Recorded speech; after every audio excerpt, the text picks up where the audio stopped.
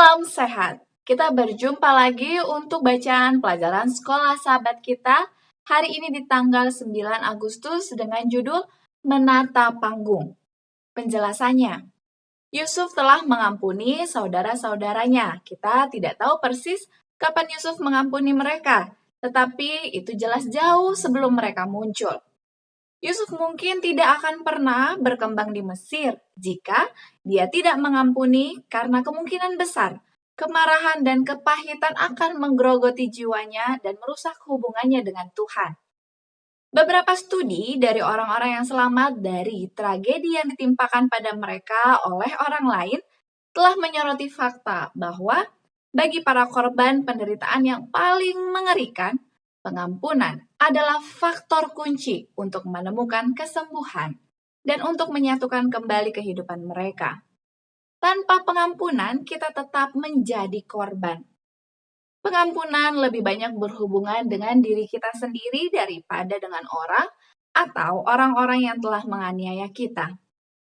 Meskipun Yusuf telah mengampuni saudara-saudaranya, dia tidak mau membiarkan hubungan keluarga mengambil tempat di mana dia meninggalkan mereka, yaitu di lubang kering di Dotan. Dia harus melihat apakah ada yang berubah.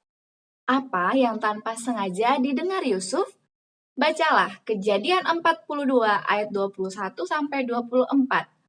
Apa yang dia pelajari tentang saudara-saudaranya? Di ayat-ayat tersebut dijelaskan bahwa ketika saudara-saudaranya menghadapi situasi yang begitu sulit untuk dilewati, yaitu masa kelaparan, mereka pergi ke Mesir. Di sana mereka bertemu Yusuf yang tidak dikenalnya. Dan setelah itu, mereka menyadari bahwa mereka telah melakukan kesalahan di masa lalu. Mereka pun dengan bahasa mereka berbicara satu dengan yang lain, saling menyalahkan. Dan saudara-saudara Yusuf menyadari kesalahannya. Ketika Yusuf mendengar perbincangan mereka, Yusuf menangis. Semua komunikasi telah dilakukan melalui penerjemah, dan saudara-saudara Yusuf tidak menyadari bahwa dia dapat memahami mereka. Yusuf mendengar pengakuan saudara-saudaranya. Saudara-saudara mengira bahwa dengan menyingkirkan Yusuf, mereka akan bebas dari laporan Yusuf kepada ayah mereka. Mereka berpikir bahwa mereka tidak harus bertahan dengan mimpi-mimpinya atau menyaksikan dia bersenang-senang sebagai kesayangan ayah mereka. Tapi bukannya menemukan istirahat, mereka telah diganggu oleh hati nurani yang bersalah selama bertahun-tahun. Perbuatan mereka telah menyebabkan kegelisahan dan ketakutan, melumpuhkan akan pembalasan Allah. Yusuf sebenarnya merasa kasihan atas penderitaan mereka.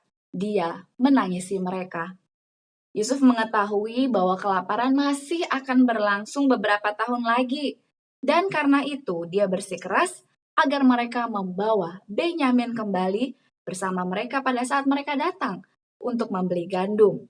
Dalam Kejadian 42 ayat 20, dia juga menyandra Simeon. Tertulis dalam Kejadian 42 ayat 24. Setelah melihat bahwa Benyamin masih hidup, dia mengadakan pesta di mana dia jelas menunjukkan pilih kasih kepada Benyamin. Tertulis dalam Kejadian 43 ayat 34 untuk melihat apakah pola kecemburuan lama masih ada di sana. Saudara-saudara tidak menunjukkan tanda-tanda cemburu, tetapi Yusuf mengetahui betapa liciknya mereka. Lagi pula, mereka menipu seluruh kota yang tertulis dalam Kejadian 34 ayat 13. Dan dia pasti membayangkan bahwa mereka pasti berbohong kepada ayah mereka sendiri tentang nasibnya. Yang tertulis dalam Kejadian 37 ayat 31 hingga 34. Jadi, dia menyusun satu tes besar lagi. Kita dapat melihatnya di Kejadian 44. Bacalah Kejadian 45 ayat 1-15.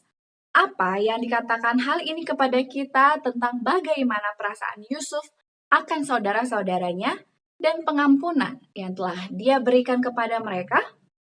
Pelajaran apa yang harus kita ambil dari kisah ini untuk diri kita sendiri?